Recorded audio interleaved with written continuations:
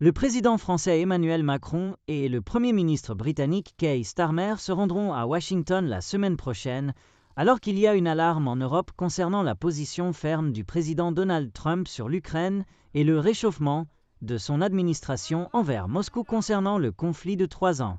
Les dirigeants des 2 puissances nucléaires d'Europe, qui voyageront séparément, tenteront de convaincre Trump de ne pas se précipiter vers un accord de cessez-le-feu avec Vladimir Poutine, de maintenir l'Europe impliquée et de discuter des garanties militaires pour l'Ukraine. Macron, qui essaie de tirer parti d'une relation personnelle avec Trump,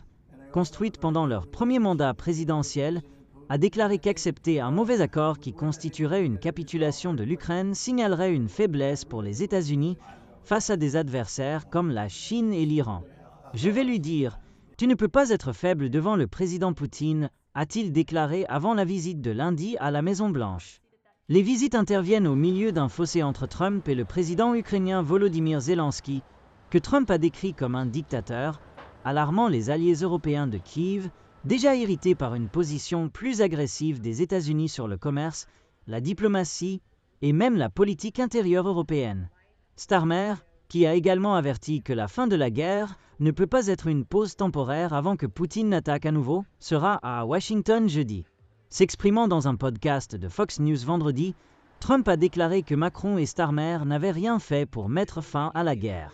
Pas de rencontre avec la Russie, a-t-il dit, bien qu'il ait décrit Macron comme son ami et Starmer comme un très gentil gars.